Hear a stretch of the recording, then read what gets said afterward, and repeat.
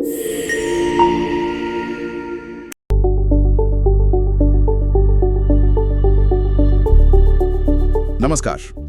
आज हम पीएम श्री केंद्रीय विद्यालयों में जो अटल टिंकरिंग लैब्स हैं यानी ATL, उन पर थोड़ी गहराई से बात करेंगे।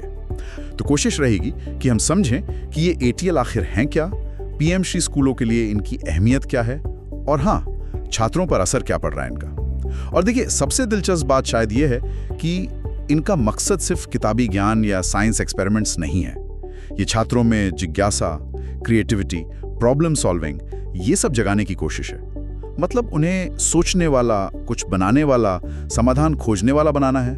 तो चलिए शुरू करते हैं। सबसे पहले ये अटल टिंकरिंग लैब्स, ये हैं क्या असल में? हाँ, तो देखिए, ये जो लैब्स हैं, ये असल में नीति आयोग का जो अटल इनोवेशन मिशन है, एम जिसे कहते हैं, उसी के तहत बनाई गई हैं।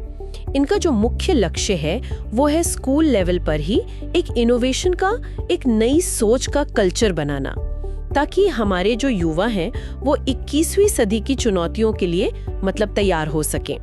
ये लैब्स छात्रों को सिर्फ थ्योरी नहीं बल्कि अपने हाथों से काम करने का, सीखने का मौका देती हैं, जिसे हैंड्स ऑन लर्निंग कहते हैं। अच्छा, और अगर हम खास तौर पे पीएम श्री केंद्रीय विद्यालयों की बात करें तो वहाँ इनके क्या उद्देश्य रखे गए हैं? कुछ अलग है वहाँ? हाँ, देखिए, पीएम श्री स्कूलों में जो लक्ष्य हैं वो थोड़े और केंद्रित हैं, ज्यादा फोकस्ड हैं। जैसे छात्रों को सिर्फ सीखना नहीं बल्कि खुद चीजें डिजाइन करना, प्रोटोटाइप बनाना, उसके लिए प्रोत्साहित करना।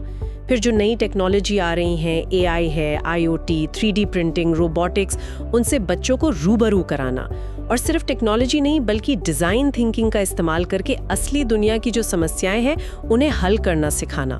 और एक बहुत अहम पहलू है लड़कियों और जो ग्रामीण पृष्ठभूमि छात्र हैं उनकी भागीदारी बढ़ाना, समावेशिता पर जोर है। और यहाँ एक बात और जोड़ना चाहूंगी जो बहुत दिलचस्प है। ये सब जो हो रहा है ये हमारी नई राष्ट्रीय शिक्षा नीति NEP 2020 उसके मूल विचार से सीधा जुड़ता है। मतलब रट्टा मारने की बजाय स्किल डेवलपमेंट और इनोवेशन पर जोर। कोशिश ये है कि छात्र सिर्फ नौकरी खोजने वाले ना बने बल्कि उनमें वो उद्यमशीलता वाली सोच, वो एंटरप्रेन्योरशिप माइंडसेट आए। एक पूरी प्रक्रिया है इसकी, सोचो, खोजो, बनाओ, नया करो। मतलब थिंक, एक्सप्लोर, टिंकर, इनोवेट। हाँ, ये थिंक, एक्सप्लोर, टिंकर, इनोवेट, ये सुनने में तो बहुत अच्छा लग रहा है, काफी महत्वाकांक्षी भी। अब जरा जमीन पर आते हैं। 31 मार्च 2025 तक की क्या स्थिति है?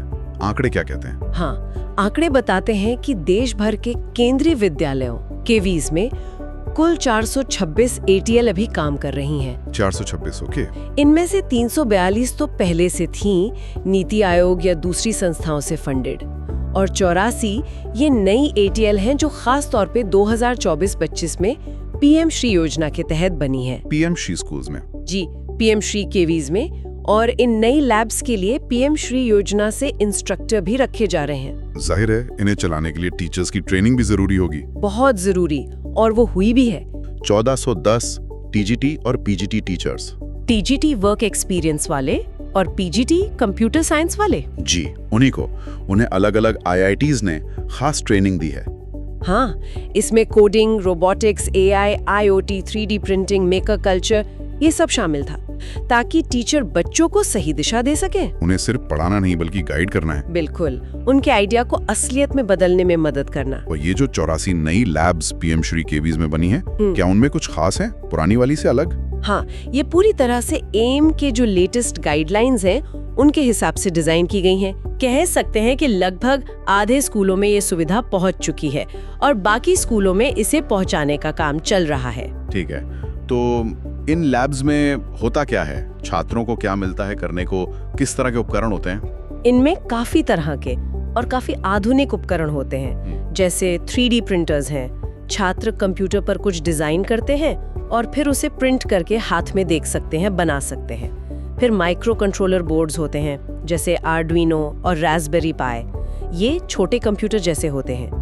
इनसे छात्र कोडिंग सीखते हैं, अपने आइडियाज को इलेक्ट्रॉनिक गैजेट्स में बदल सकते हैं, रोबोट बना सकते हैं। वो सब IoT और सेंसर किट्स भी होती हैं, जिनसे वो स्मार्ट डिवाइस बना सकते हैं, जैसे कोई मौसम बताने वाला यंत्र या ऑटोमेटिक लाइट जैसी चीजें। और हाँ, बेसिक टूल्स, इलेक्ट्रॉनिक्स के पुर्जे, वो सब तो होता ही है। अच्छा, मतलब छात्रों के पास अपनी कल्पना को, अपने आइडियाज को सच में बदलने के लिए काफी साधन मौजूद है वहाँ। तो इसका असर क्या दिख रहा है? क्या छात्र वाकई कुछ नया कर रहे हैं, कुछ बना रहे हैं? हाँ बिल्कुल, असर काफी सकारात्मक दिख रहा है। और अच्छी बात यह है, जैसा मैंने पहले कहा, कि लड़कियों की और जो वंचित तबकों के छात्र हैं, उनकी भागीदारी भी इसमें काफी अच्छी रही है। ये तो वाकई बहुत बढ़िया बात है, सुनने में बहुत उत्साहजनक लगता है। लेकिन क्या सब कुछ एकदम सही चल रहा है या कुछ चुनौतियां, कुछ मुश्किलें भी हैं इस रास्ते में? हाँ देखिए, चुनौतियां तो हैं, ऐसा नहीं है कि सब बिल्कुल आसान है। एक बड़ी चुनौती है कि सभी शिक्षकों को इन नई तकनीकों और उपकरणों को इस्तेमाल करने की पूरी ट्रेनिंग देना। तो आगे का क्या प्लान है? भविष्य के लिए क्या सोचा गया है? इन चुनौतियों से निपटते हुए आगे कैसे बढ़ना है? देखिए, योजना तो काफी स्पष्ट है। पहला लक्ष्य तो यही है कि जितने भी पीएम श्री केंद्रीय विद्यालय हैं, मतलब सभी 913, उन सब में ATL स्थापित हो जाए। तो कुल मिलाकर देखें तो ये अटल टिंकरिंग लैब्स पीएम श्री स्कूलों में सिर्फ कुछ कमरे या कुछ मशीनें नहीं हैं। ये एक तरह से सीखने और सोचने के तरीके को ही बदलने की एक कोशिश है। छात्रों को किताबी दुनिया से निकालकर असली दुनिया की समस्याओं के समाधान के लिए तैयार कर रही हैं। बिल्कुल सही कहा आपने।